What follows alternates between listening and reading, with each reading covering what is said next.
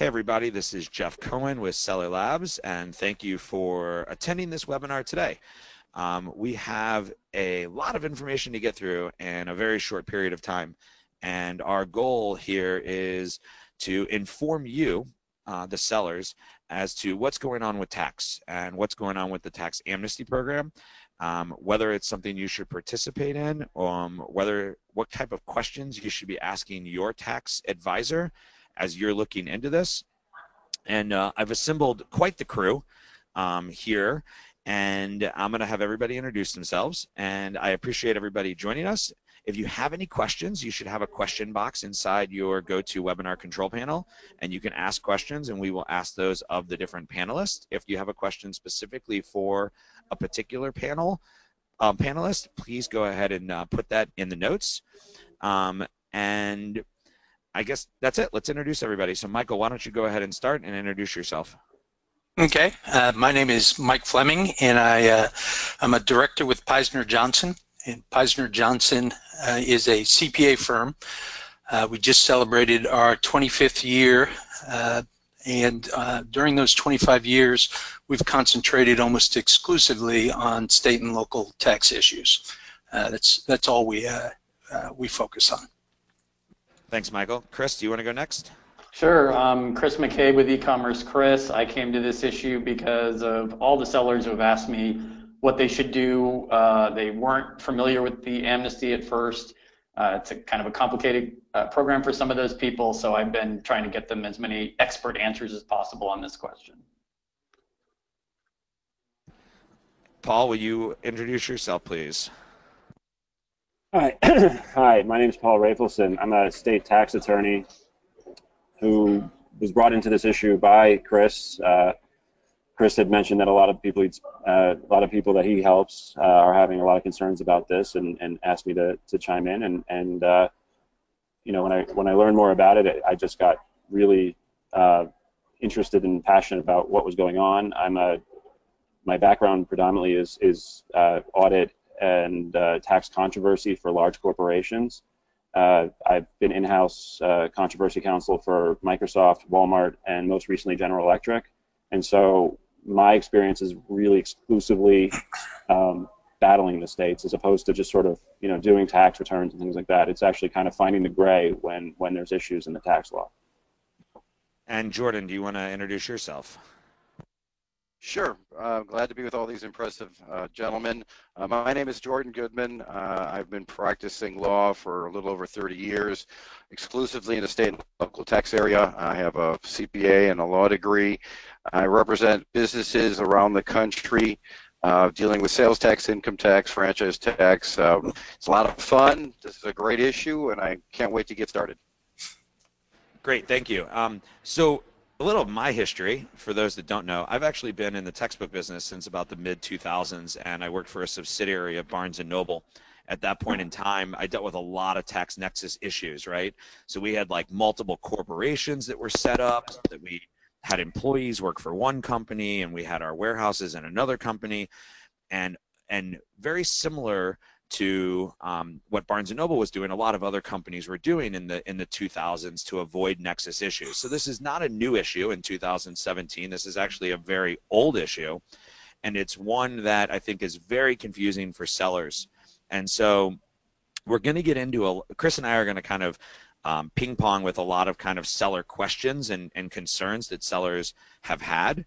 But before we get into that, I would like, Michael, you to start off and kind of talk about the MTC and the tax amnesty program that's out there, and kind of how it came to be, and why it's something that you think is beneficial for sellers. Okay. Before I dive right into the MTC part, I'd like to give you a little bit about our perspective and how we approach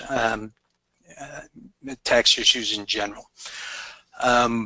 We think that, you know, in our 25 years, we've learned that when a state finds you, that's really the time where we want to take an aggressive position and make any argument that we possibly can in order to protect our clients. But when we're doing tax planning, when we're trying to figure out how our clients should collect taxes on a going forward basis, we take a much more conservative position. And we say that if their sales into our state are material, and the state could make an argument that they have nexus, that it's generally better to comply with the state says, because if the state takes an adverse position 2, 3, 4, 5 years down the road, now money that could have been coming out of your client's pockets is all of a sudden coming out of your pocket with the added insult of penalty and interest.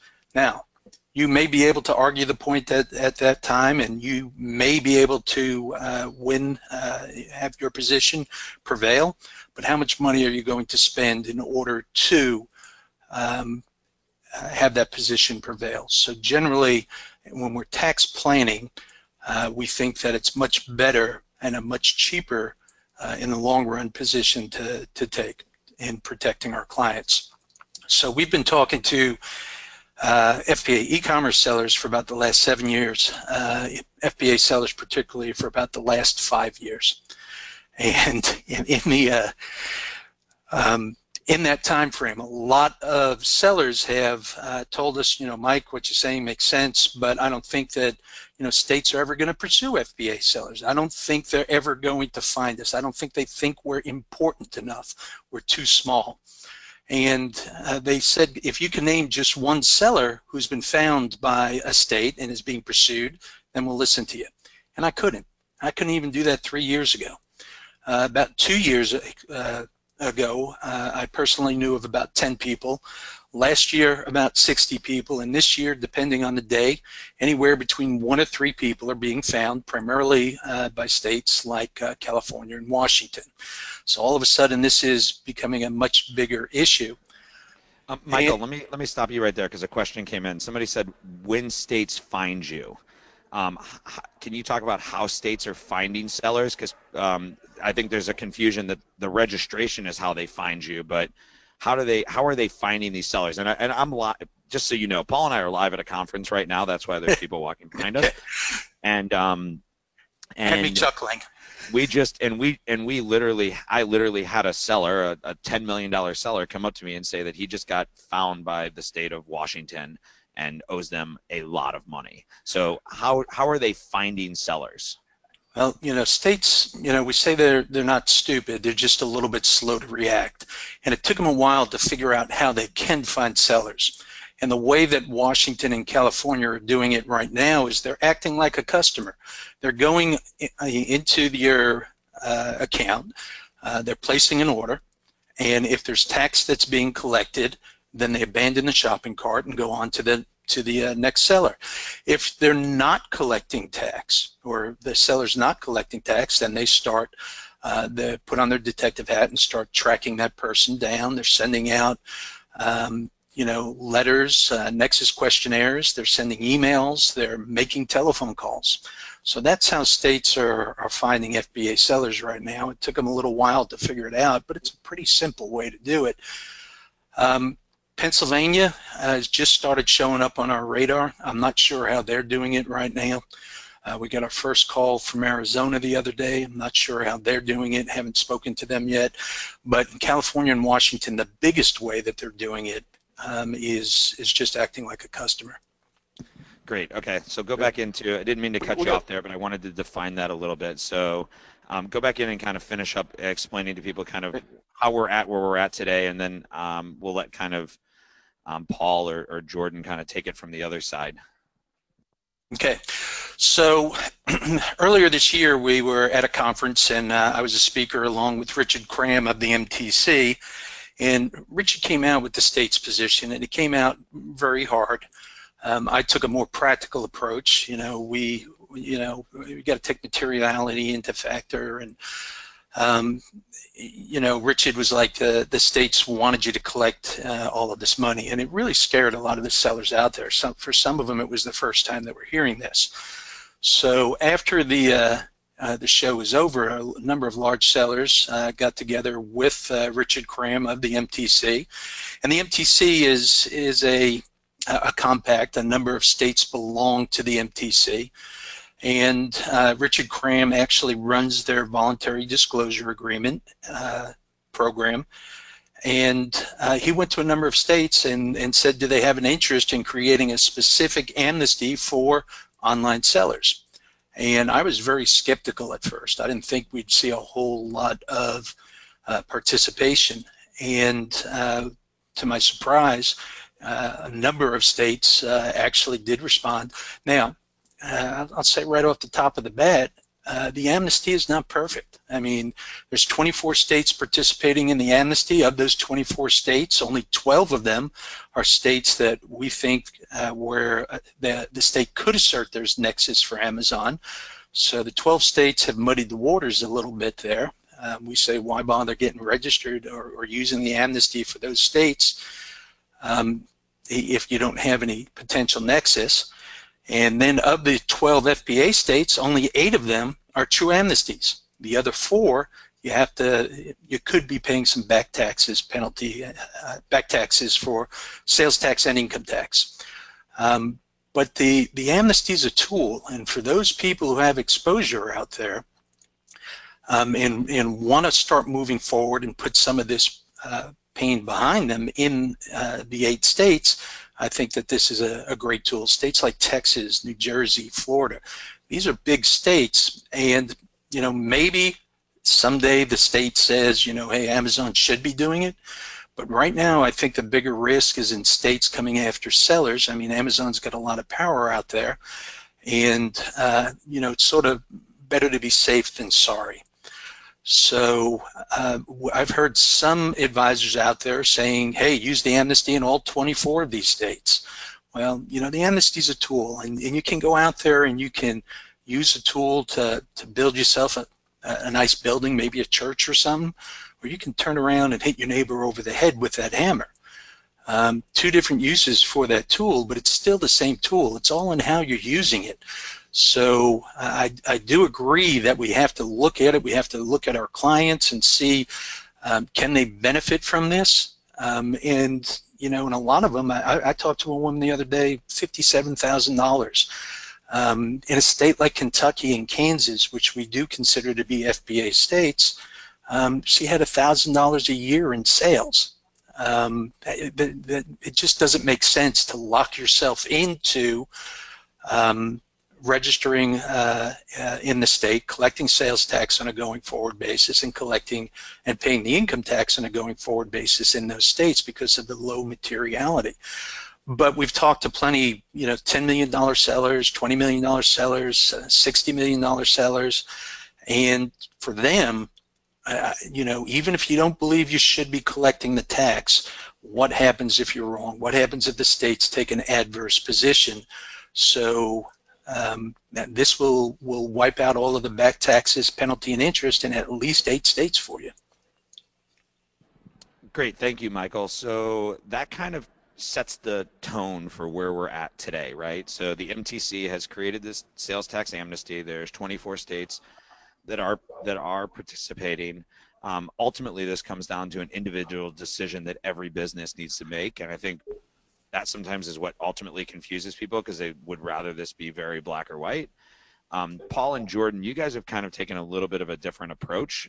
Paul, you've taken a little bit of an approach that this isn't a good thing for sellers, and so I'd like to kind of, I guess for lack of a better term, debate this issue a little bit between you and Michael, and so people can understand that, and then I know Chris and I were going to throw in some questions after that, and audience, go ahead and keep throwing your questions our way. So go ahead, Paul or Jordan. Great. Let me start and just sort of lay a little bit of context of what's really going on here. And the problem with this program, big picture, and I know this because I've spoken to Mr. Cram about this, is they just do not understand your facts. This whole program was built on a total misunderstanding of what FBA and how FBA works. You're basically Craigslist in the mind of the MTC. I hate to say it. They just do not understand it. So you sort of start with that basic understanding. They don't understand it, and then they're building policy that's really bad and totally against any reasonable interpretation of the law that says this is what you need to do, that you're at fault. And so now all these sellers are in a situation where you're all being basically falsely accused of civil tax evasion.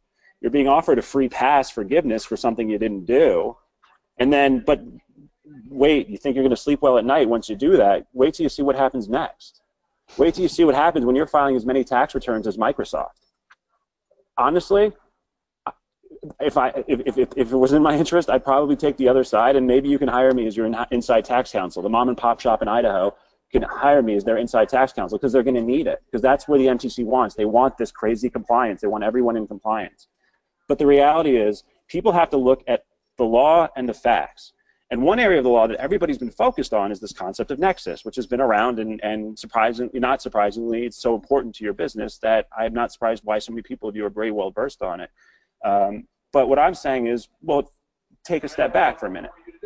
Why is nexus even relevant in this question? Because at the end of the day, there's sort of some common sense things we understand in sales tax. For example, when I walk into a Walmart, Walmart's going to collect my sales tax no matter what I buy. If Coca-Cola or Pepsi or whomever, let's say they owned the Pepsi that I was about to buy, I know for a fact that Walmart and Pepsi couldn't make an agreement where Pepsi has to separately collect the tax from Walmart. I know for a fact that if that did happen and Walmart tried to use that as a defense, saying, oh, well, we don't own it, Pepsi just stores it here and consigns it to us, or some other relationship where they own it, the state doesn't care. It's the same thing, whether it's Amazon or Walmart, that relationship is the same. And who is the retailer is a sort of fundamental question. Go ahead, So I think we have to put some context in this, and this is how I look at that. So going back to the National Bell Test case in the 50s, in the late 50s, there's a question as to whether physical presence was necessary to impose a use tax collection obligation. At that time, the U.S. Supreme Court held that it was, and that National Bell Test was not in fact subject to tax. When I worked on the Quill case in the 90s, the same question came up, saying that the world changed between 1957 and 1992, that you have to have physical presence. And once again, the U.S. Supreme Court said in order for a state to impose its use tax obligation, and that's what we're talking about here, a company must have physical presence. So when Paul's referring to nexus, the question is, are these sellers, do they have physical presence in the state? Now, over time, the states have tried to whittle away at what physical presence is, and in fact, there's litigation outside the context of this conversation, once again saying that National Bell Test and Quill are no longer good law, and they're working their way through the courts in Alabama and South Dakota. That's a little bit out of the context of what we want to talk about. Really what's at stake here is whether inventory that is contained in Amazon warehouses is the seller's, or who the seller is. Is it an Amazon sale, or is it a individual business who is using the marketplace as a seller? And so when Paul's talking about it, the point that I think we have to make clear is, if you, and I think Michael, you brought this up first, is if you have nexus, this is an opportunity for you. The fundamental question is, does this create nexus for you? And to get that, you have to look at the state laws to determine whether, am I the seller? Did I transfer?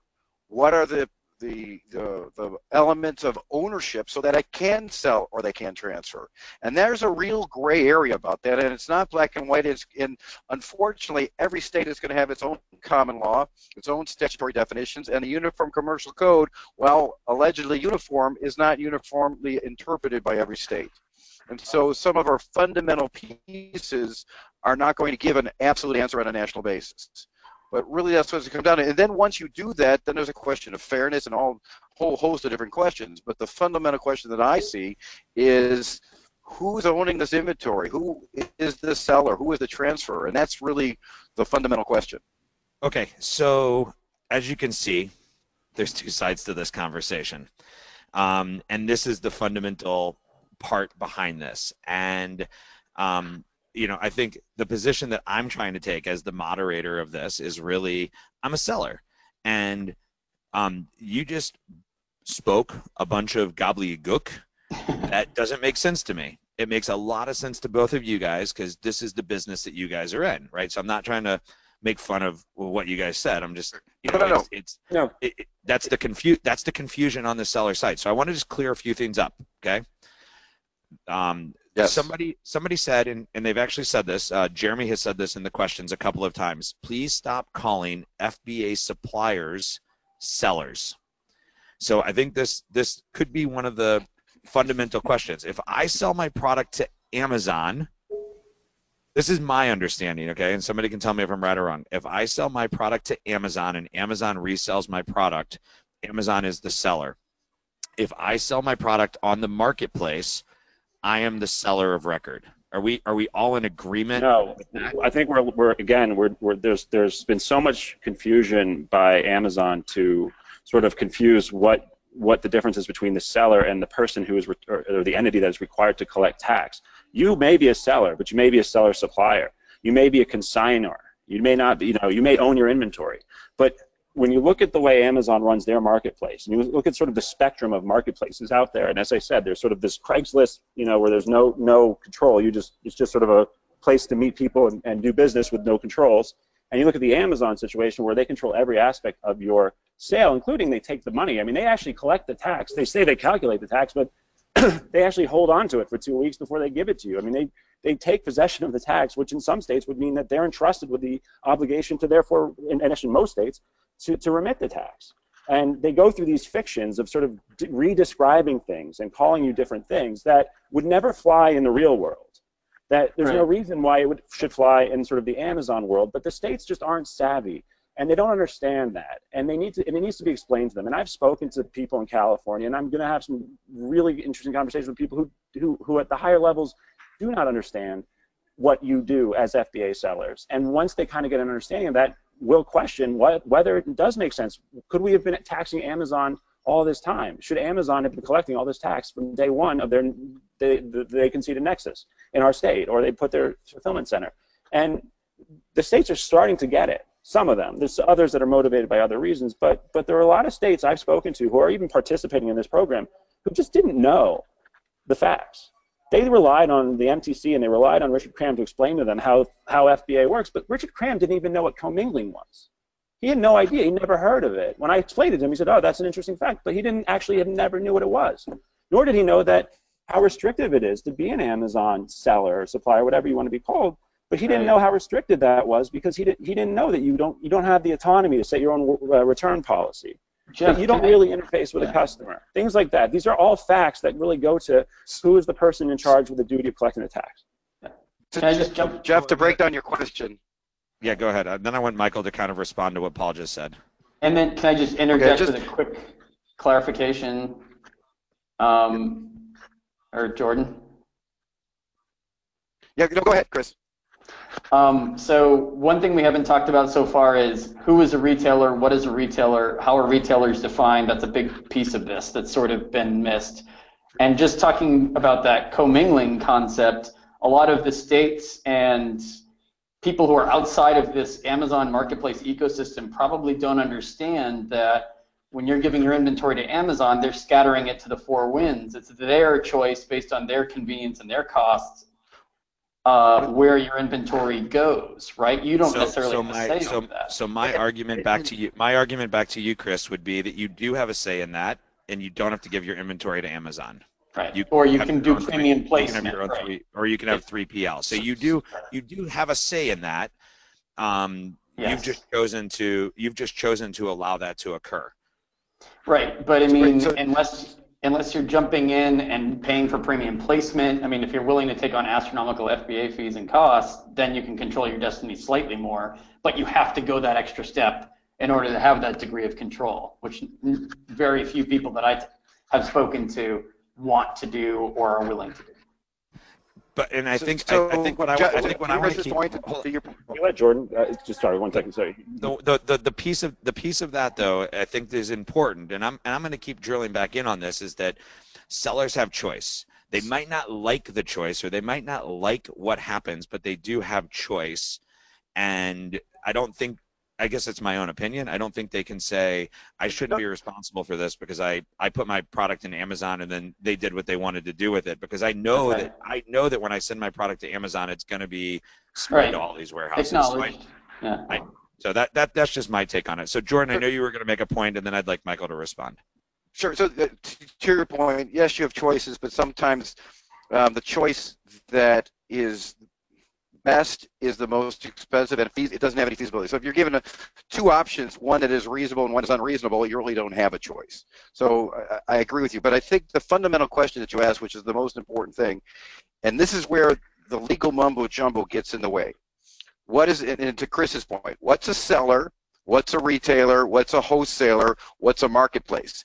And this is where it gets really complex, because the agreements that I've seen with marketplaces, Amazon and beyond that, are all different, and each person has a different type of relationship. That's a contractual relationship between the marketplace and the provider of the goods.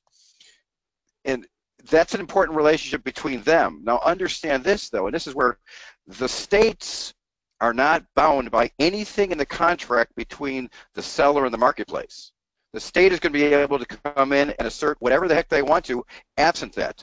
The way you defend is saying, no, this is our relationship, but the state can assert anything they want to do. And just because, let's say that Amazon takes responsibility for all sales and said, we are the seller, the states have the ability to disregard that completely and come after the seller. And it's going to be coming down to each state's law as to what a seller is, what a retailer is, and it really breaks down even further than that is who has control of inventory, who has risk of loss, who has title, who has the ability to commingle, who has the ability to receive complaints, who has the ability to destroy inventory. All those are indices of ownership, and that's going to change on every relationship that all the marketplaces have. Michael, do you want to kind of respond? Yeah, absolutely. And I think the questions being asked are great questions Paul and Chris are bringing up. These are questions we talk about internally all of the time. But as Jordan has mentioned, each state is going to look at this differently. And it's not like this is going to change overnight. So what do our clients do in the meantime? We live in the real world. For us, you got to weigh the risk versus the reward. And taking advantage of the amnesty takes a lot of the risk off the table.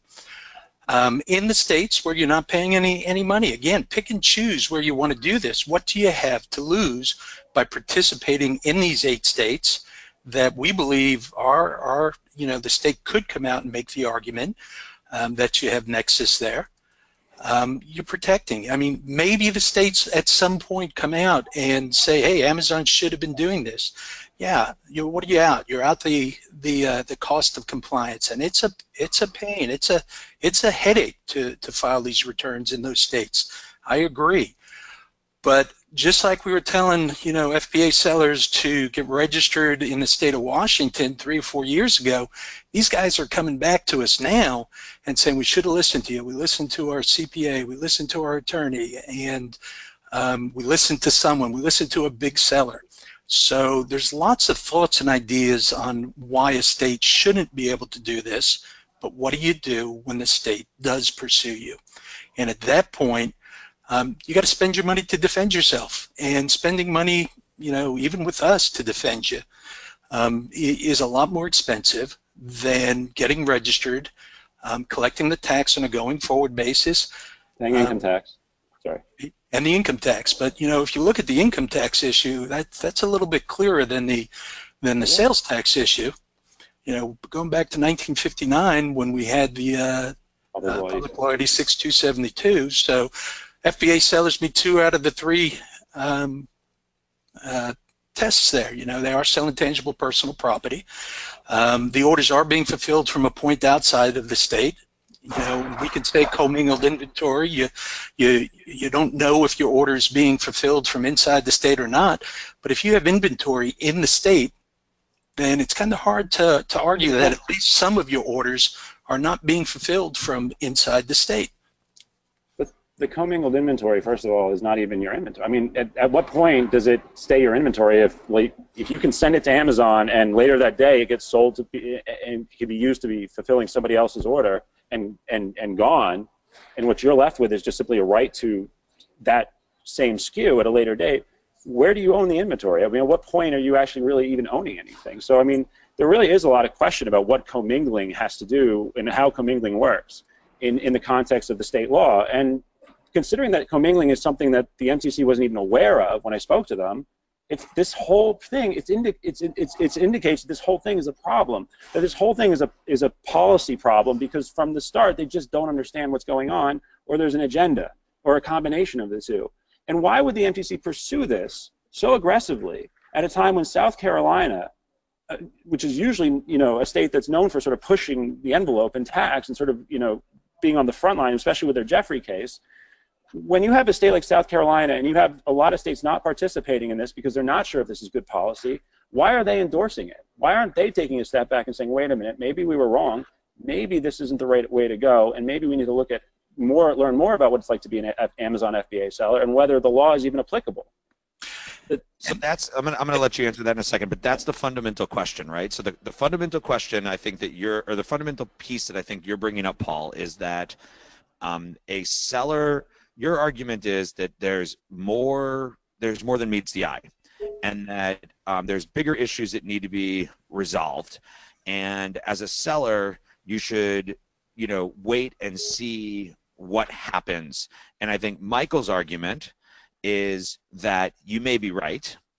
There is more to be resolved. This has been a debate and a topic for quite a number of years, pretty much since the development of the internet. But you have this opportunity to take this amnesty, so why not take it? Because people had an opportunity to settle with the state of Washington. They didn't, and now they're getting really big tax bills. And the people who are in Washington that are getting these big tax bills either have to pay them or fight them, because once they've identified you and they come after you, then you have to spend the money to defend yourself. And so I think that's, I think that's, to me, I think that's the fundamental decision that a seller has to make. Like, you know. So I want to let Jordan answer most of this question, but I do want to say one thing. You know, unfortunately, separately, you all are small fish to these states, and Washington is slowly picking you off one by one.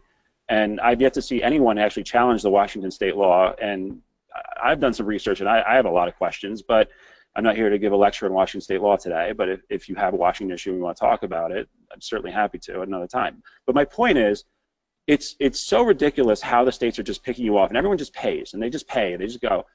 And they have this, literally they have this sea of fish that are just jumping out, and they have to make no effort to get the money from people, and that's how they're treating you.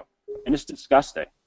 And I'll bet that if you actually lawyered up, if you're one of the few smart ones that actually had a lawyer, that actually had a tax lawyer that actually understood this stuff and actually understood how to apply the law to your facts, the state would be in their interest not to actually pursue you. Because it actually would be a risk to them, because there'd be so many more fish. Because if let's say we took a court case to Washington and we won, well, that would dry up the fish in the sea pretty quick. All of a sudden they'd have no source of revenue that they currently have. This is a windfall for them, that you guys just aren't fighting back, and that you're not lawyering up, and that you're not challenging it, you're not questioning it. So the 1 or 2 or 3 or 10 or 100 of you who actually are smart enough to actually go and hire some counsel that knows what they're doing, and I don't care if it's me or just one of the lawyers in our world that actually understands state and local tax law, you may find from their own risk-reward analysis, they may just decide not to pursue you, because it's not worth the risk. There's so much more money to be made if they just say, okay, you got us, go. And then quietly you go away into the night. I hate to tell you that's a factor, but I'll let Jordan answer what might happen if you just go along with it and comply. Well, one of the things you have to consider, first off, for smaller sellers, something that's been almost in every bill since 1992 at the federal level is some kind of de minimis seller exception. If your sales were less than $1 million, $5 million, $10 million, you would not have any obligation to collect and remit. You know, there's origin-based selling. There's all these other things that are being floated around at the federal level that may ultimately impact it, although I'm not confident. It's been 8 and 17 years. It's been 25 years since Quill has been decided, and there's been 20 or 30 different bills. All have not passed both houses of Congress. The second part, we have to consider this as well, and I understand, Mike, your position. If you have this liability, is this a good way to take care of it? And it might be. If you know your inventory is in a state and you know you have historical liability and you can eliminate that either without any taxes or eliminate it just on a prospective basis or eliminate interest and penalties, that could be great for you. But you also have to consider a couple of things. One, you have ongoing compliance costs. Now, I don't prepare returns, but I worked at Arthur Andersen a million years ago where we prepared returns. It's not an inexpensive endeavor. Compliance is expensive. Compliance is not accurate. You might decide to collect and remit and still be doing it wrong and have the same issues where you get audited and the state comes after you and you have to incur professional fees to defend yourself at some future date. There's also studies that show, to the extent that you have a higher price on a Amazon or a marketplace, your sales go down dramatically. And I talked to some of my clients, and the pennies matter. So if you're going to collect tax, there's a question as to whether it's going to cost you from revenue side. And if you lose enough revenue, it doesn't matter if you're compliant or not compliant. You may not be in business because your profit margin is going to go down. So there are things to consider beyond just the absolute. And I think what we are all agreeing on, at least I think we are, is that this question, unless it's your warehouse with your inventory, it may not be clear that you have nexus in the state. Now, I understand, and this is the gray area that Paul is pushing on that I completely understand. Let's look at what the states say as to who owns the inventory. That's what's creating. That's what's been creating the issue.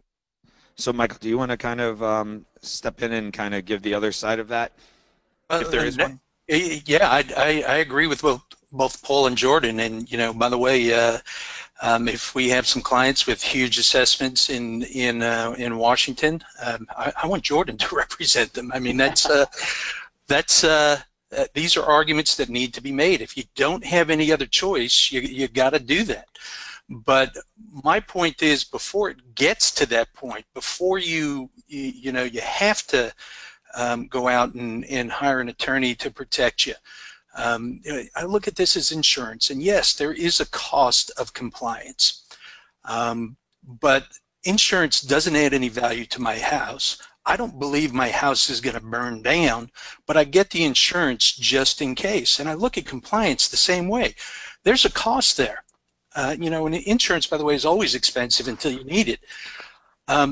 Back in the day, Jordan, you're right. The cost of compliance were huge, but nowadays, with the advent of companies like TaxJar and Avalara Trust File and Taxify, you're looking at $20, $30 per return, which is still a cost, but it's a lot cheaper than it used to be. And to me, those costs are minuscule to protect yourself against the potential risk if one of these states come after you, especially for some of the small sellers. It's a little bit counterintuitive in the way that I look at it. If a small to medium-sized seller is found, do they have the money to either pay the state, number one, or to go out and hire someone to defend them? So if you're a big $20 million, $30 million, $40 million seller, we're talking about real money here. It pays to defend yourself. But even for those sellers, why not take advantage? Just in case one of these states does decide to come after you, why not take at least those 8 states off the board? And that's what my whole position is. I agree with everything else that everyone is saying today. Hey, Jeff, can I jump in? Let me just recap. Okay, Chris, let me just recap, because we're covering a lot of stuff here, and I want to make sure that I understand it. I kind of have this, like, if I understand it, then maybe other people do.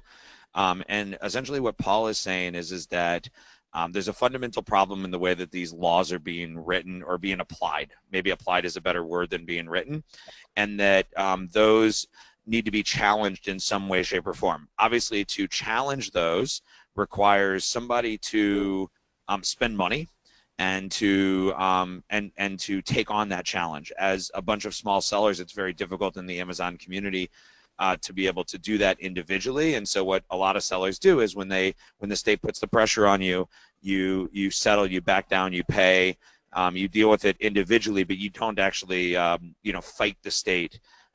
You just kind of get yourself out of the trouble that you're in. What Michael is saying is you agree, like, there is a fight that needs to occur to get this all kind of settled, but in the meantime, while that's being settled, while that's being done, this is an opportunity that can prevent you from something similar to what's happened to people in states like California and Washington, where they could have kind of addressed the problem earlier and they didn't, and now those states are coming after those sellers. So if that's kind of the baseline of where we're at, I want to have Chris kind of throw out a couple questions that you have from seller concerns, and then I'd like to go through some questions we have from the audience, and try to do some really short answers. Although I guess with law and tax, there's nothing about a short answer, and then and try to make sure we address this. We've got some great questions from the audience, but go ahead, Chris. You can get started. Just a few points I wanted to touch on, and I'm trying to keep it all straight and remember them from earlier in this webinar. I'm happy to listen to the experts, because that's what this is about, getting a diversity of opinions. I'm so glad you talked about choice, and I'm so glad we've talked about large sellers versus small sellers, even out of context, because that's what I wanted to mention next. Were sellers adequately represented or spoken for?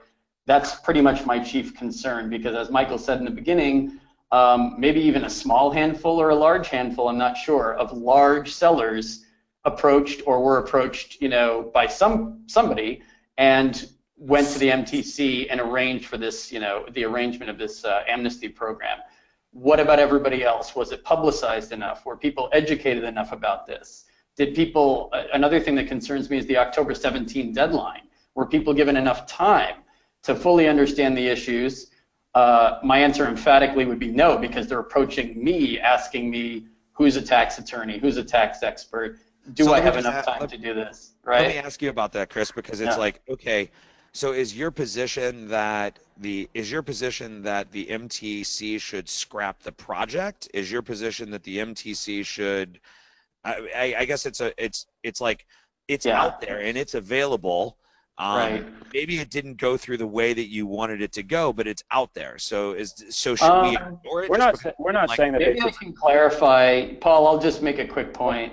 One of the reasons that Paul and I ended up coming up with the petition, the ecommercechris.com/tax, the link I've been sending everybody, is because I was concerned about how this came together. What was the transparency? Were sellers' interests actually represented, or was somebody speaking for them that had some other agenda, some other motivation?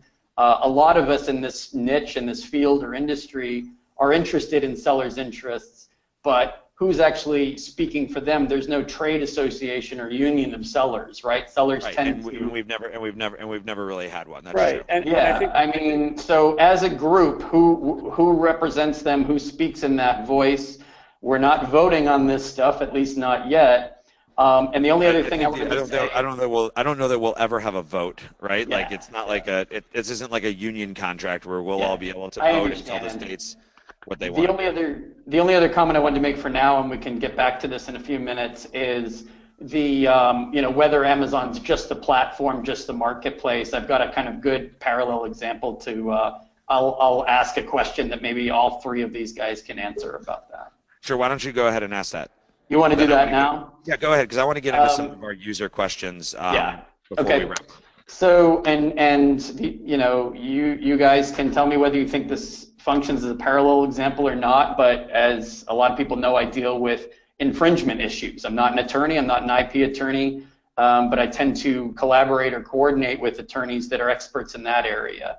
When an infringement, an intellectual property or trademark, let's say infringement comes into Amazon, their position, Amazon Legal's position, way back to when I was working at Amazon, which I executed a lot of these forms for years for Amazon, was we're only the platform, we're only the marketplace.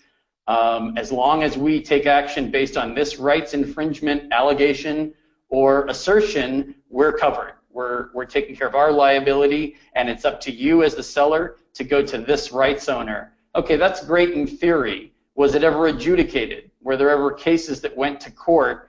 Are there court cases that came down that resolved one way or another whether Amazon is definitely 100%, no doubt in our minds, just the marketplace, just the platform? Well, then we started getting into what if you submit a false infringement? What if it's a fake email address? All of a sudden, Amazon creates the notice dispute team because they weren't able to absolve themselves entirely. If they were taking down listings or warning people or even suspending accounts, was there any liability that they were incurring if they had acted on a poorly vetted or a completely non-vetted infringement form that was not submitted by the brand that they were said to represent, or the rights owner at all. Well, obviously there was some doubt or confusion on the Amazon side because they created the notice dispute team to further analyze whether or not they were more than just a platform or more than a marketplace, if they had more legal either responsibility or liability there. So that's my parallel example. I hope it makes sense,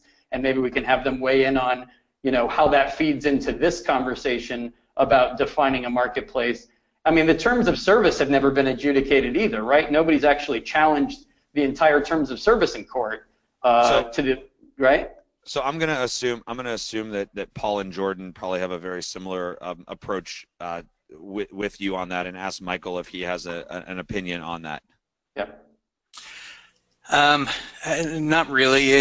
In my experience, sometimes, you know, different types of taxes, certain topics are looked at differently depending on the type of tax. So when we're getting outside of tax, just because it's looked at one way doesn't necessarily mean that it's going to be looked at that way across the board. But again, it's outside my area of expertise. That's as much as I could comment there. I think the point of that, Chris, is that it hasn't been brought to the courts, right? And so it goes back to, I think, the question I was asking Paul is like, as sellers. But in a way it has, because in a way we know from our law. So, you know, there's all these questions, again, nexus and things like that. But, you know, you can have a supplier and a retailer. They could both have nexus in the state. Walmart and Coke both have nexus in Georgia, I guarantee you. Doesn't mean Coke could possibly be assigned the rights and the responsibilities of collecting a tax from a Walmart customer. There's this sort of just, like, we've literally been convinced that we don't know how to prove the sky is blue, or that we have to question the sky is blue. Who is the retailer? I mean, where are we losing sight of this? Amazon's not the mall. That's what the NTC thinks. But like I said, like you all have experienced as sellers, the mall, when I go to the mall, first of all, I don't pay the mall. When I want to buy an iPhone, I don't go pay the Simon Mall company. I pay Apple. When I have a problem with my iPhone and they don't want to help me, I don't complain to the mall and expect the mall to kick Apple out of the mall. I don't expect the mall to hold money back from Apple because I'm not happy with something and there may be a dispute there. These are all things that malls and marketplaces do not do. And speaking of Apple, the App Store is a perfect example of one where I'd love to see Apple turn around right now and say, you know what, we're going to stop collecting in the states where we collect, and we're going to tell you that to go after our individual app developers. Do you think that's a whole lot different? It's a marketplace. They're selling something. It's a totally false idea that somehow that marketplace means that they're not retailers, that they sort of absolve themselves of that. Amazon does every single thing that a retailer does, from collecting the money, from interfacing with a customer, I mean, how many of your customers go to you and then after your first transaction with Amazon, stop buying from Amazon and go to you directly and say, hey, can we cut out the middleman? I mean, you're always going to be that retailer. Amazon's always going to be that retailer to them. And you're just going to be, I mean, not just, but you're going to be a form of supplier. And you may have loyalty, and you may be able to set the price, but that happens every day. We have minimum retail prices in stores all the time, right? I mean, there's a reason why Best Buy couldn't sell, you know, give away an iPad for $10 because they have this sort of minimum retail price rules that between Apple and Best Buy, right? But that doesn't make Apple a supplier, a retailer in that case. So what I guess at the end of the day is there's these fundamental questions that the MTC hasn't answered. So this is not an appropriate amnesty for Amazon sellers. I'm not saying it's not an appropriate amnesty. I'm just saying it's not for Amazon sellers. So your statement is that because all these questions haven't been answered, sellers shouldn't participate in the amnesty until all these questions are answered? Right, that they needs to be, and that's why we're making noise, and that's what we're trying to do, is we're trying to get to the right people who can make that noise. The 60-day deadline was abusive. I have nothing against this amnesty for people who need it. There might be people out there who sell on other platforms who need it. But I do think the 60-day deadline is a sign that they're trying to bully you, because there is no way, they wouldn't, when I was at Microsoft or GE, and we knew that these amnesties were coming, we'd know a year in advance. Okay, so is it, I guess the question I'm going to ask you is, let's say I agree with you. Okay, I don't know if I do, but let's say I agree with you. I agree with you that it's bullying in 60 days. I agree with you that all of the rights weren't considered, but I have a tax liability in the state of Texas because I have inventory there, and I have a feeling that Texas is going to come after me like Washington, and this is my opportunity to absolve myself of that moving forward. Do I just not do it because I want to stand aground. Okay. So you're doing it out of fear? I mean, are you basically saying, I'm doing it I out of, don't I'm doing it understand out the of, it's law? going to I'm doing it out of, it's going to cost me more money later. Right. Well, why are you doing it yourself? Why aren't you hiring a lawyer who's skilled in this? I mean, the person who negotiated this entire thing is not a person who has any state and local tax background. And there was, from what I understand, nobody in the room when this deal was made. Because I'm a small business and I don't have money How to much go do you think hire. how much do you think you're going to hire a lawyer is going to cost you more because of it? It's going to save you money. And I'll let Jordan speak to that point. But basically, if you're going to surrender, as Jordan always says, negotiate your own terms. Don't just go on their terms, and don't just let them take advantage of you. So, but I'll let Jordan speak to that more because he's the client service. And that's why the deadline was kind of not, I mean, the deadline's too soon because they sort of don't want you to spend time analyzing this and assessing it and thinking about it and talking to different people. They want you to have a rush to judgment. So, Michael, you look like you had a little difference of opinion there. So why don't you share yours, and then Jordan can speak to how he advises his clients. Yeah, my thoughts on this is, we've been talking to FBA sellers about these issues for 5 years. Protect yourselves just in case. And our position sort of is, yes, maybe the states all at some point come out and say that Amazon should be the one collecting this. But until Amazon actually starts collecting it, the greater risk is in doing nothing and waiting for a state to find you and then coming out and auditing you. So what I'm hearing today is, hey, the state shouldn't be able to do that, so therefore you shouldn't take advantage of this amnesty. And my position is maybe that's maybe that's true, except rather than do nothing, I'm going to hedge my bets. I'm going to take care of what I consider could be potential exposure. Even if it's just exposure in my mind, I want peace of mind. I want to be able to go to sleep at night knowing that the state can't come after me.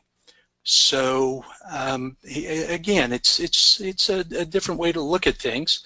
Most of our clients we're looking to protect and try to keep them out of trouble. And I don't see how registering. I mean, some companies register voluntarily in states now. I mean, there are a lot of sellers out there who tell their vendors, we're not going to do business with you anymore unless you actually go out and register to collect the sales tax. So they go out and they have to register voluntarily. So there's lots of reasons why companies get registered in states. And I think if it's to prevent a potential situation like we have in California and Washington, why not do it? Jordan, did you have something you wanted to add? And then if I could jump in. Jordan, please. I really think it comes down to, do you have to do something voluntarily? Until you know the rules of the game, why are you playing the game?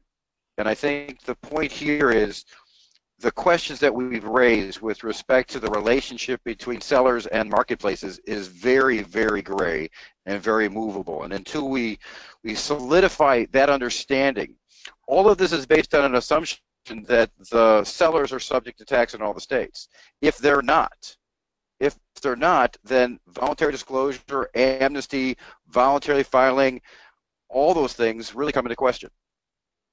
And that's why it's not, don't stop the program, because some people would love it, but let's educate them. Let's figure this stuff out. Let's get an agreement as to what it means and what's really happening in these relationships. Okay, so let me, hold on, Chris. I want to start going through some questions because we're getting close to an hour. Can I just make one quick point?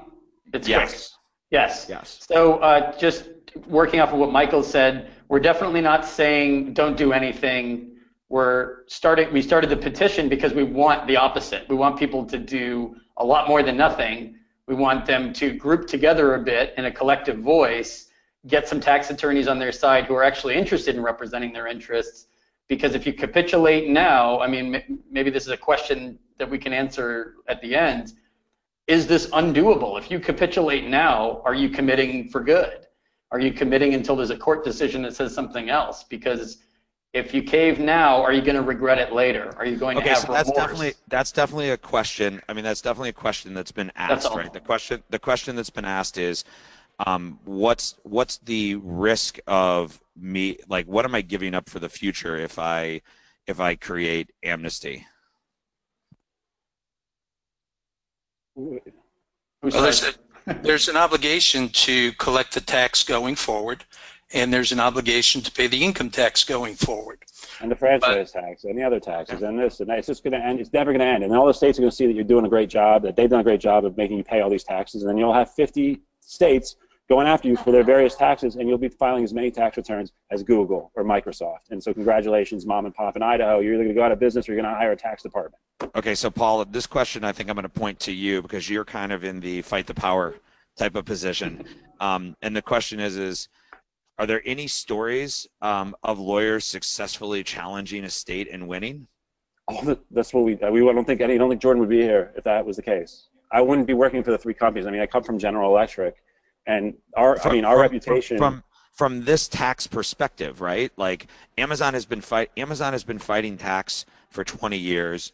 Barnes and Noble's, changed their whole position after a number of years. They fight tax by putting the burden on you. Like Amazon's, their playbook, and I know their playbook very well, is to put the burden on you so that they can. The idea is, realistically, how many people are going to comply after this MTC amnesty? Not many. Maybe a couple large sellers would get scared, and so maybe they'll get 4 or 5% out of all the sellers. Do you know what that does? That allows Amazon to have a competitive advantage for the next 2 years over Walmart, over Target, over Best Buy. It's going to let them do that. So this is a strategy for them to maintain a competitive advantage, and it's all this is. And if you don't see that that's part of their playbook to put the burden on you, then I don't know what to tell you. That's what's happening. Okay, so there's a question out there. There's people, Paul, that like what you're saying, right? They like the attitude. They like the let's band together. What can small sellers, right? What can sellers? Let's just what can people who ship their products to Amazon and then sell it on the platform do? Whatever title you want to give them, right? Some people were getting mad I was calling them sellers. What can they do? Right? Besides listening to you and saying I agree, what can they actually do? Well, the one thing we're asking to do is we're asking to contribute to our fund so that we can hire an army of Jordans and people like Jordan to fight the fight and actually make noise and make it aware. This is an embarrassing thing that didn't require any legislative, no laws had to be passed, right? This was just sort of a discretion of the states, of the tax departments in the states to say, okay, we're going to forgive this tax, and not realizing what the message is. We're going to hunt you down if you don't participate. And so you're putting together kind of a GoFundMe coalition type of thing? It was Okay. Yeah, it's sort of like kickstarting. Jordan? Go ahead, Jordan, explain it. This is not uncommon, where there's a number of, it could be large taxpayers, small taxpayers, a variety of them, but they have a common interest in getting to an answer or a result. They often contribute, sometimes based proportionally, to a fund, to hire advocates, to go to the states, to go to the governing bodies, and fight on their behalf. It's almost impossible for any of them to do it individually, so as a group with a common purpose, is a way that you can address these things. Because no one with $1,000 liability can pay $100,000 to fight the state. Okay, so let's just say we take Michael's position, and we want to hedge our bets, and we participate in the amnesty, and we take Paul's position that we want to fight this, and we can actually do both, right? So just I know, okay. Paul, you might not agree with that you shouldn't, but like. Oh no, I don't. I'm not actually telling people what to do. I'm just giving. So you listen to all.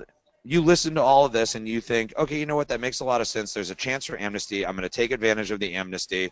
I'm going to participate in it, but I also want to advocate for my rights as a small business who I feel is being unfairly taxed. You can actually take advantage of these in both ways. A couple of other questions. Chris, I don't actually know the answer to this. If I am a seller, I'm guessing this person's a reseller, and I start collecting tax in the state of Illinois, that's where I live, and you are a seller and you are not collecting tax in the state of Illinois, will you win the buy box over me because technically your product is cheaper? Oh, I don't know.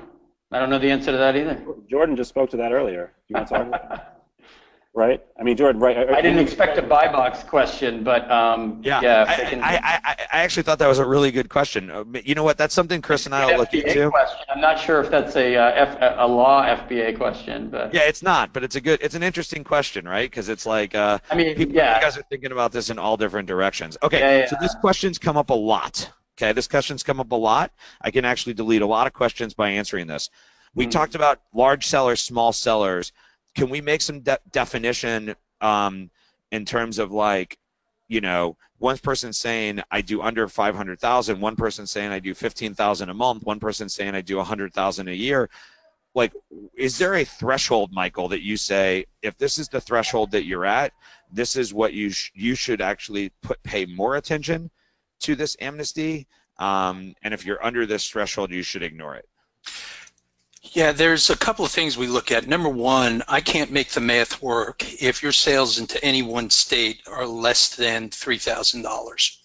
That's a pretty low threshold. So, you know, even if you're using someone like, you know, that has $20 returns, the math just doesn't work. So even though the state may assert that you should have been collecting the taxes, it just doesn't make good business sense. Now, that doesn't mean that everyone needs to go run out and get registered when their sales hit $3,001. It just means you need to start looking at some other factors. For example, what's your risk tolerance? I have people calling me up at night and saying, I can't sleep about this. Well, my answer to that is, well, maybe you need a $3,001. But if you're out there saying, hey, I'm the luckiest guy in the world, I don't think a state is ever going to find me, I go to Vegas every weekend, maybe you look at $100,000 in a single state. Why is it when they were passing federal legislation, they put in the threshold, the minimum thresholds, right? You know, just, they try to make economic nexus, get around Quill and say, if you don't have, you know, X number of state and it's much more than $3,000, you're not subject to tax. But yet, when they employed this program, they didn't have the courtesy to extend those same limits for you. They just gave you the sort of nebulous, you may have nexus, and didn't think that maybe there should be some sort of threshold about whether it's material or not. It's kind of gross. And I actually asked them about that. I said, because the MTC told me, they said, we're not, you know, realistically, the states are not going to go after small sellers. Well, I said, I can't offer that kind of advice. That's really not fair advice to anyone. So why don't you make it a policy statement? You know, that sellers of less than X shouldn't have to worry about it because it just becomes more administrative burden than the money's worth. They won't make those statements publicly, and that's part of the problem, and that leads to the global Quill problem, which Jordan speaks of about, you know, is this going to become a burden on interstate commerce if the states are going to just do Wild West tax enforcement? And this Quill is up is on its way to the Supreme Court, and we assume the Supreme Court will hear it in South Dakota. Is there a question of whether are the states? I mean, the MTC needs to pay attention. The states need to pay attention. If you want Quill to be overturned, maybe this isn't the best thing to do right now. Showing how when states gone wild goes after mom and pop shops in Idaho, whether they are or not, but giving that fear that they might, that same fear that caused the state to put Quill into effect in the first place because they were worried about that. Maybe that's not the right thing to be doing at a time when you're trying to get Quill overturned. Maybe some thresholds and some time frames that aren't a denial of due process. But anyway, Jordan, go ahead. In other words, is this a dangerous precedent? Right? Yeah, and even just to show how controversial this, let's say the thresholds at the federal level have been 1 million, 5 million, 10 million, okay, on a national basis. That all makes sense if you divide it by 50 states. You could be a $900,000 seller, but all of your sales are into one state. So you might fall under a federal threshold, but you have $900,000 going into one state, and your liability in that state is quite large. So there's a misnomer. You know, I understand people want to be defined as a small threshold. I define it differently. Can you afford to litigate? Can you afford the cost? If you can't and you just don't think it's going to hurt your business, you could afford the compliance cost, then Mike's position is 100% correct. Go ahead, sign up, pay everywhere, and understand it's a cost of business, and either you'll be successful or not. Yeah, you'll be can you afford to fight it? Right. I mean, I have sellers who are from Europe who call me up and say, you know, I don't even have a PE in the country in the United States, and they found out, but guess what? Those treaties that prevent you from taxation don't apply to state income tax. So guess what, international sellers? You're going to be paying a ton of state income tax now. In all the states. So that was a question. That was a question that's in here. I live in Canada. Yeah. Do I need to be concerned about this? Or Germany? Yeah, I talk to a lot of Germans. Yeah, any country, right? Any international people, it's tough to enforce a lien in their native countries. But what they can do is go after Amazon and say, okay, these guys owe me money. I'm going to come after the funds that you're holding for them and pay their state tax liability. They can go after property in the state that they own at an Amazon inventory or Amazon warehouse. There's a whole bunch of ways that they can enforce it, even though they're not domestically located. Right. And Jeff, can I just make one comment? Yep. Maybe there's a future suspension reason in the offing here that we haven't heard of or talked about yet. We're seeing that in the UK, right? In the UK, maybe you would just get suspended for tax reasons, which no, they would kick you out of FBA. I mean, they're not going to reroute your inventory to avoid liens. Like, they're not going to steal your inventory. Right. No, I think the moment your lien gets put against you, you can assume that you'll be out of FBA at that point, because they're not going to say, okay, well, we can't get stuff. You know, it's over at that point. What about your inventory? I don't. They'll probably turn whatever inventory is there is going to go, but you'll never be able to participate at that point. You wouldn't submit more inventory just to have it taken away. I mean, that pretty much ends your. So I know this is a question. I know this is a question that I've had come up at the last couple of conferences that I've been at. Michael, you might know the answer, or somebody else. Have states been required or forced to?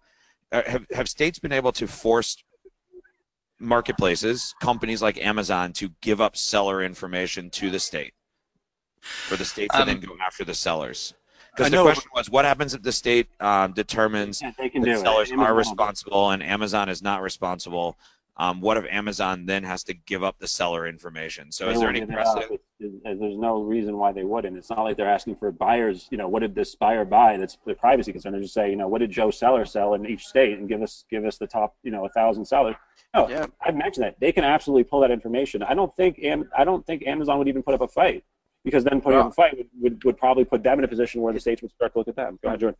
Well, yeah, I would say I wouldn't be that conclusory. I think Amazon would have to think about the negative impact it would have on people who want to list on an Amazon or any marketplace. If a marketplace, they did that with the credit cards a while ago, trying to get people's buying stuff from the credit cards. The credit card company said, we're not going to give it, and ultimately they got backed off because it's a question of privacy. It's a question of ongoing business relationships. Right? So maybe they could do it, but from a business perspective, would they? But it's not the privacy, right? They're not asking what people bought, and like I think Colorado tried to do that at one point. But they're just saying, Amazon, we want a list of your sellers and how much money what were the gross sales in each state. And I don't think Amazon can say no. I mean, that was an IDR. Like, that was an information document request from an auditor. I don't think Amazon eventually, if they fight it, I think eventually they lose, and I think they probably just wouldn't fight it at all. I'd like to know what the contract says. Jeff, you and I know that Amazon has a history of sort of push comes to shove, they give up the seller, right? Let's make that perfectly clear. I've been on the inside for years. I've been on the outside for years. The message is consistent, ongoing. If Amazon can save their own butt, they're going to. And let's just a parallel example again, the brands. If it's between Amazon, the brand, and you are the one who falls. Amazon does not want a war with a brand to back you up or to defend you. They will give you up. It's the same sort of thing if the states come after Amazon. Okay, let's go through some final comments. We've been over an hour now. So, Paul, why don't you go ahead and start? Just some final comments. I know that several people have asked. So, Chris, I asked you to, in the chat, if you could look in the chat and send me a link to the petition so I can post that for everybody. I will get that, yes. Yeah. And then, Paul, if you want to go ahead and start. Yeah, I mean, listen, I mean, I understand the fear. If I wasn't a tax person, and even if I was, I mean, if the IRS came after me and said I could potentially owe this amount of money, and here's a chance for forgiveness, even though I know it's false, even though I know the law is wrong, I get the fear there, and I get that. But when you give into the fear, realize that you're only going to sleep well for a little while. It's going to be only a matter of time before you realize all these other tax burdens, and you've just basically set a precedent that the states could basically continue to pick you off individually. This is why you need to sort of participate. You need to contribute, because, you know, for every seller who's sitting on the fence who doesn't even want to give $1 or whatever to help us fund this, that's slowing us down. You know, if we had the right budget, we could be making a lot of noise. We could be embarrassing the states. You know how embarrassing it's going to be for some of the states that realize that their Department of Revenue and the MTC have chosen to crush small business in favor of Amazon. I mean, do you know, like, optically how that looks politically? Paul, I'm gonna ask this because it came up in the questions. But, like, what accountability what accountability do you have if I choose to sign the petition and give you money? What accountability do you have for the money? I mean, if I'm giving you $5-10, right? I'm not really accountability. You want to elect? You want to nominate somebody to join to be an independent accountability person? Fine. I mean, I'm spending all of my time, I'm trying to get enough money so that I can hire other people, great lawyers, great public relations people, whatever I need to fight that fight. If they need that, if they want an independent person, you know, they want to pick a seller, you know, to ensure that it's not being abusive or anything, I don't care. That's not. I didn't intend to do this fight. It was really just right place, right time. If I was in a different law firm or if I was in a company, I don't know if I'd be in this position. but I just happened to be in a situation where I could actually take this fight and not be conflicted out because I'm in one of the many state tax firms that might be conflicted out or might be concerned about whether that's a bad thing. So I'm happy to do it, and I'm happy to fight this fight as long as people want me to. And then if they don't, then they don't. I mean, and just to speak to that quickly, Jeff, because it is on my website, right? So we're also spending a lot of time dealing with the press, reaching out to the press, because obviously a national story on this subject, which should be a slam dunk because it affects so many sellers, so many people, so many businesses, and there was so little transparency in the MTC / Richard Cram process putting this program together. You know, it's not just talking to lawyers all day. We're talking to everybody all day. Gotcha. And Paul, you and Chris can both be found at ecomchris.com, right? If people want to reach out to you to learn more, talk to you, or anything like that. So, Jordan, do you want to go ahead and kind of add some final thoughts and let people know how they could potentially reach out to you? Sure, and I'm available for consultation. I've worked with Paul. I've known Paul a long time. My email is jgoodman@hmblaw.com. It's Howard, Marcus, and Burke. You can look under saltlawyers.com as our website that deals only with state and local tax.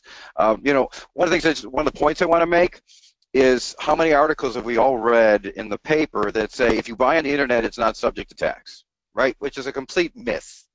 It may or may not be. It's always subject to taxes whether you have to self-assess and remit it or someone's going to collect it for you. This whole discussion is elevating it to the next level, which is what the seller is obligated to do. And unfortunately, just like the general public, our sellers aren't versed in tax policy. They're not versed in tax rules. And the whole point, I think, that where I am an advocate for is we need education here. And this program came on very quickly, very suddenly, with a very short window. And I don't think we're doing an adequate job to the millions of sellers that are not the huge sellers, that don't have the staff, that don't have the experience, that don't have the background, that are just saying, well, what do you mean I've got 40 days left to decide whether I need to collect online and I have to pay income tax? It's just not right. Days. It's just not fair. 32 days, thank you. Yeah. And it's just, you know, that's the problem that I see with this. And to Mike's point, it's maybe right or wrong. People who are sophisticated, they're making educated decisions, go for it. Decide to fight, decide not to fight, decide to collect or not. But it's the vast majority of the people we're speaking to who don't even understand what's going on. And just as Paul said, it's not a domestic question. And Chris, you said it too. I've spoken to a number of foreign entities who sell online in the United States. And they go, well, we're protected, we've got a treaty. And I said, that's good at the federal level for income tax. That's it. There's just a lot of misinformation around there. And misinformation is detrimental to everybody. Yeah, and I honestly think there's a lot of misinformation. I honestly think we could have probably gone on for 2 to 3 hours talking about this if we really wanted to. I know most of you guys are spending your day on it, so I appreciate. I do want to. I appreciate you sharing. I think just really quickly. Sorry, just to Jordan's point. If you are going to do this, and to kind of your point, don't, if you feel like you need to do it, just hire a lawyer, hire someone, consult me, consult Jordan, consult somebody that knows state and local tax law. And you wouldn't defend yourself if you were being accused of a crime. You wouldn't defend yourself. And if you want to just take the first deal the public defender's offering you, which is what this is, go ahead. But I mean, if you really have a major liability, it's not going to cost you more to work with a lawyer. I guarantee you. No, and understand just one final thing. As well as the MTC program is pronounced, as Mike said early on, it's not for everybody. It's not for every state. If your biggest market is California, they're not involved here. If your biggest market is New York, they're not involved here. And so you're raising your hand to file in smaller states, the compliance costs, and really the bulk of your liability potentially is still out there. Okay, so a lot of people are asking for contact information. We will do a follow-up email with the video, right, with the recording, and we'll include everyone's contact information. That'll just be a lot easier than asking you guys to keep repeating it and stuff like that. So we recorded the video. Even if the video recording doesn't work, we will send out a recap email with everyone's email addresses. So don't worry about that, guys. So, Michael, do you want to kind of share your kind of final thoughts, and then I'm going to add some final thoughts, and we'll sign off. Yeah, absolutely. And, our position, I hope I've made it clear, is we're trying to help you avoid audits. If you do end up getting audited, then you want to contact someone like Jordan, who's really going to... Or maybe it's dependent on... I mean, we work together, but I mean, I'm just saying, we all do these audit things, and very well. Okay.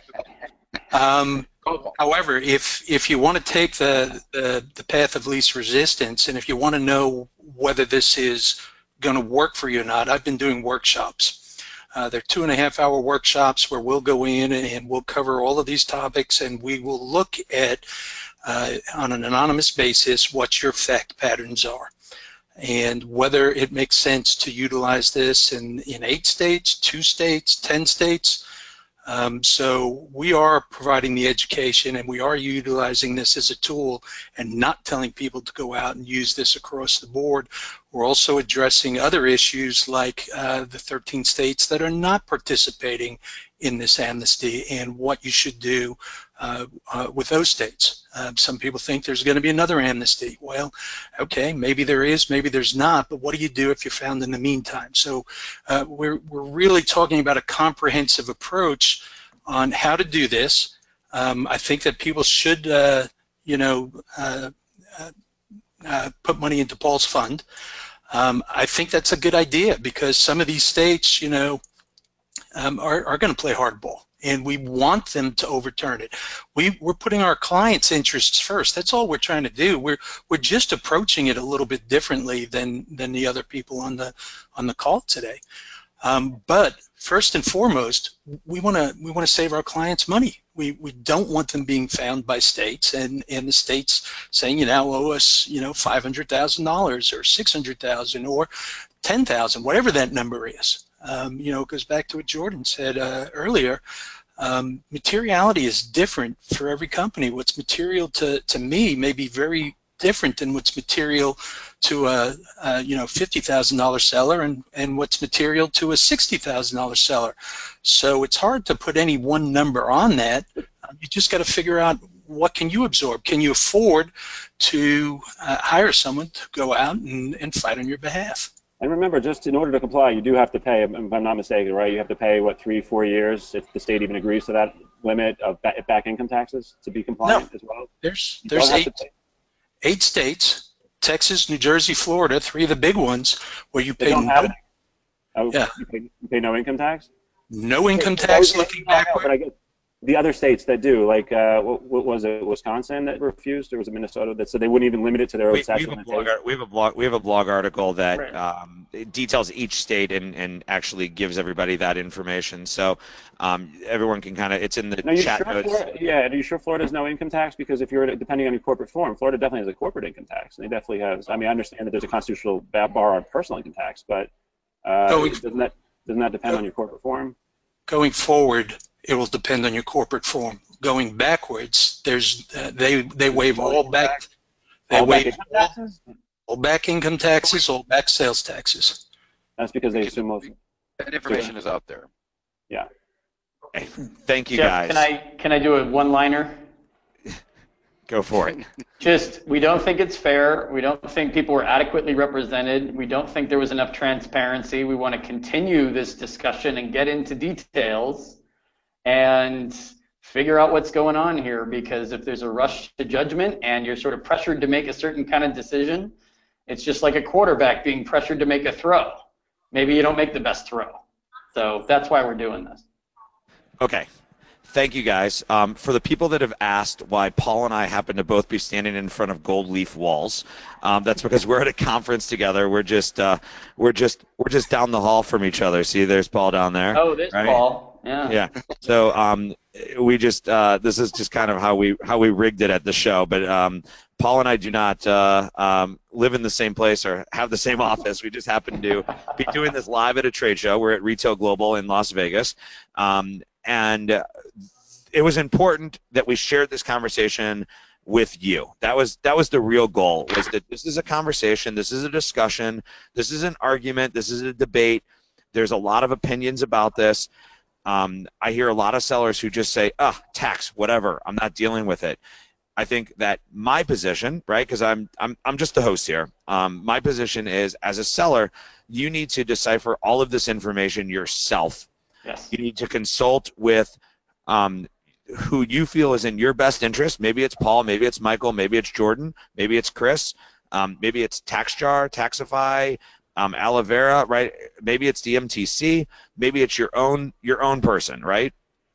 and you need to make your own decision and understand the risk and the reward of the decisions that you make. Now, subsequent to all of that, if you still want to participate in something like what Paul's doing in helping to kind of organize as a group and have a collective response, there is that's available to you, and something that you should also consider and be aware of. I'm going to share the notes and the questions from this with the audience, with the panelists, giving them an opportunity to be able to respond for the questions that weren't asked. We'll also do a follow-up blog that'll have all of the contact information, links to past articles, links to other debates that are occurring around this, links to the petition. And I think just to finally sign off, what it comes down to is you as a seller need to understand what you need to do to protect your business. When I was talking to the seller the other day about the state of Washington, my response to him was, I don't know what you need to do, but you got to fix that problem because they're coming after you. And if you ever have a desire to sell your business in the future, this is something that's going to come up again. And so it's something as sellers and as that is now much more prominent today than it was a year ago and 3 years before that and 5 years before that, and something that I agree with Paul has to be addressed in some meaningful type of manner. If the tax amnesty makes sense for you based on the people you consult with, take advantage of it. You've got 32 days to make that decision, and hopefully you gained a little bit of information today. Maybe you have more questions today, which is great as well, so feel free to reach out. If you would, let us know how you thought today's webinar went. Was this worth your time? Did you learn something?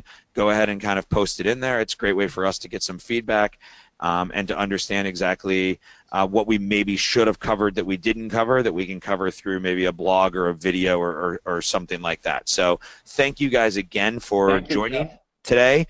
Thank you for helping kind of explain it and break it down for the people that are like me and don't live in this every day, and hopefully sellers are leaving a little bit more educated than they were before they started, or people who send products to a warehouse in Amazon that are sold on Amazon are a little more educated today than they were before we were started. Thanks. So everyone have a great day. Thanks. Great job, Jeff. Thank you.